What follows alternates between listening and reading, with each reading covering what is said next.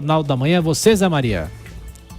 Pois é, olha, Tiago, o Congresso Nacional convocou um esforço concentrado para esta semana. São os últimos dias aí de funcionamento do Congresso Nacional em 2019. O calendário aqui é um pouco diferente do calendário nosso de cada dia. Mas os principais assuntos discutidos até agora, inclusive a prisão depois da condenação em segunda instância, ficam mesmo para o ano que vem. Penduricalhos como a possibilidade ali de que a carteira do deputado e dos funcionários do Congresso ganharem aí uma validade, uma fé pública, validade nacional, e outros assuntos que não são exatamente os grandes debates nacionais. O Congresso Nacional, ele funciona aos solavancos e sob pressão da opinião pública, daí a importância de se comentar que a segunda instância deve ser mesmo o marco de início de cumprimento de pena, porque senão haverá esse sentimento de impunidade. Mas olha, a reforma tributária foi o assunto mais discutido durante o ano, mais discutido, e não será votado neste ano, e a indicação é de que também não acontece no ano que vem. As conversas aqui são as seguintes, de que no ano eleitoral, o ano que vem será o ano de substituição ou não dos prefeitos e vereadores. Não há como fazer uma reforma tributária durante um debate eleitoral e principalmente nos municípios. Tradicionalmente, a reforma tributária empacou por resistência de prefeitos e governadores. Então, agora é o seguinte, votar o orçamento da União e pronto, os parlamentares saem de férias. Também o Supremo Tribunal Federal fecha mais uma vez. São 2 férias, aliás 3, são os recessos mais as férias dos ministros. Zé Maria, hoje no Jornal da Manhã entrevistamos aqui o deputado federal Marcel Van Hatten, do Novo, e ele nos disse que, enfim, se o Congresso quiser, consegue votar essa matéria, né, da prisão em segunda instância. Ele estava até se referindo a um projeto que está em discussão, que não é a PEC, mas é uma mudança do Código de Processo Penal. Só basta o Congresso querer. Você acha, Zé Maria, que a pressão da sociedade poderia fazer com que o Congresso, Câmara e Senado votassem a prisão em segunda instância ainda este ano?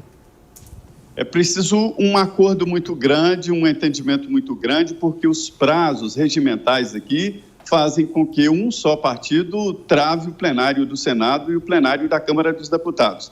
Mas é verdade que se houver, a vontade política aqui é fundamental. A inércia na política é uma força tremenda. E não há esse objetivo, ou seja, aprovar a prisão na condenação em segunda instância.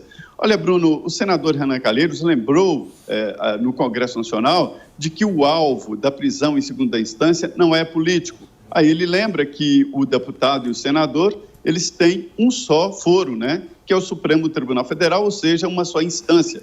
Mas, na verdade, esta grande pressão é eu serei você amanhã, ou seja, os atuais deputados e senadores serão ex-deputados e ex-senadores, e é daí que vem essa força contra a prisão em segunda instância. A fila está grande. Zé Maria, só para que o povo saiba da boa vida dos seus representantes, quando é que eles voltam de férias agora? Não, eles saem do dia 17, né? Até 1º de fevereiro, é lá para o início de fevereiro que eles voltam. O argumento é de sempre, de que o trabalho parlamentar não é só aqui, que tem o atendimento às bases, mas eu desafio o eleitor a encontrar o seu deputado aí na base. O ano que vem também será menor e com menos atividade, exatamente por se tratar de ano eleitoral, e é quando os deputados e senadores fazem as bases. Olha, Augusto, o deputado só pensa naquilo, viu? Reeleição, tentativa de reeleição. Mas, Zé Maria, de obrigação é aprovar o orçamento, né? Mas é possível que eles nem aprovem o orçamento? Isso daí já aconteceu outras vezes. É possível. O orçamento só é aprovado, aí diante de todas as experiências, se houver um acordo. Se um partido ou mesmo um parlamentar cismar de não aprovar o orçamento não sai. E isso é possível acontecer, porque os deputados estão querendo transferir dinheiro das emendas parlamentares, que não são dos parlamentares, para o fundo eleitoral. E aí haverá resistências. O Marcelo Van Hatten, por exemplo, é um que não quer aumentar o fundo eleitoral. E esta resistência no plenário pode impedir a votação do orçamento da União. Mas aí os deputados não se preocupam, vão para casa assim mesmo. Zé Maria, esse crescimento do PIB, mesmo pequeno, você acha que esse é um dado que pode fazer com que o governo tenha mais força para emplacar aquela grande reforma econômica que o Ministério da Economia está propondo ao Congresso? Olha, Bruno, esse crescimento do PIB, a avaliação é de que, num determinado momento, o país tem que parar de crescer, não há crise que dure para sempre, né? Então, o raciocínio é de que é preciso que esse resultado no crescimento do PIB se transfira para o emprego, que aumente o emprego. Está aumentando, mas não na proporção que se esperava.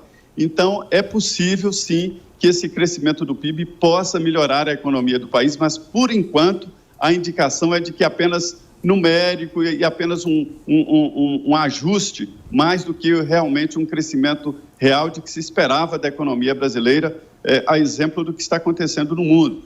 A crise é estrutural, além da crise econômica, existe a crise de emprego, com tecnologias, novos modos, né? Mas a indicação é de que o Brasil precisa de reformas estruturantes. O lado esquisito disso é aquela fala do ministro Paulo Guedes, quando ele aventa a possibilidade de reclamações na rua pelo AI-5, naquela mesma conversa com os jornalistas, ele falou um assunto muito mais grave, de que o Brasil poderia impedir ou paralisar o processo de reformas com medo aí, ou temendo uma reação popular. Ali é que os políticos colocaram a atenção, né? Um temor de que a equipe econômica paralise ou mesmo recue na tentativa de fazer as reformas estruturantes. José Maria Trindade com as informações de Brasília.